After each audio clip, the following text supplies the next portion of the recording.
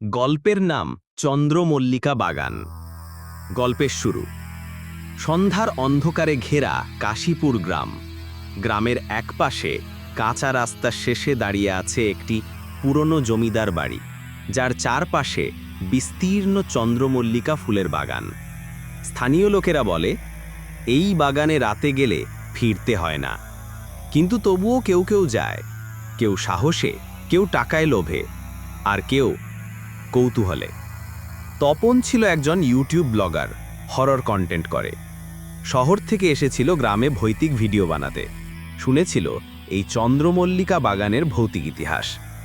তপন রাত 11টার দিকে একা ঢুকে পড়ে বাগানে, সাথে ক্যামেরা, মাইক্রোফোন আর একটি হ্যান্ড টর্চ। ঢুকতেই যেন বাতাস ভারী হয়ে আসে। ফুলের গন্ধ কেমন জানি অস্বাভাবিক মিষ্টি, মাথা ঝিমঝিম করে। রহস্য জমে ওঠে। হঠাৎই টর্চ নিভে যায়।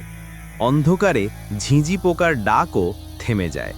তখনই কানে আসে এক মেয়েলি গলার গান, আয় আয় ফুল তুলিতে আয়। তপনের গায়ে কাঁটা দিয়ে ওঠে। সে পিছন ফিরে দেখে একজন মেয়ে, সাদা শাড়ি পরা, লম্বা চুল খুলে রেখেছে, তার চোখ নেই, পুরোটা সাদা।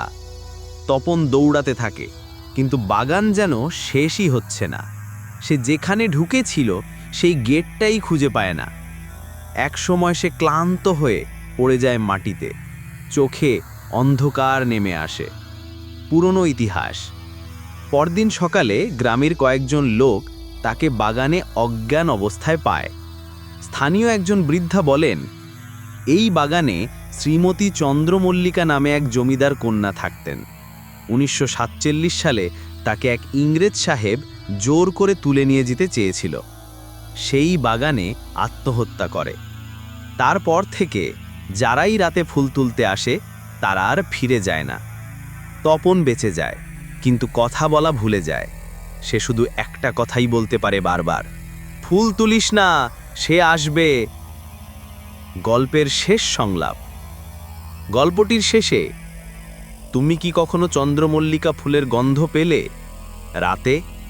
সাবধান, হয়তো সে তোমাকেও খুঁজে বেড়াচ্ছে।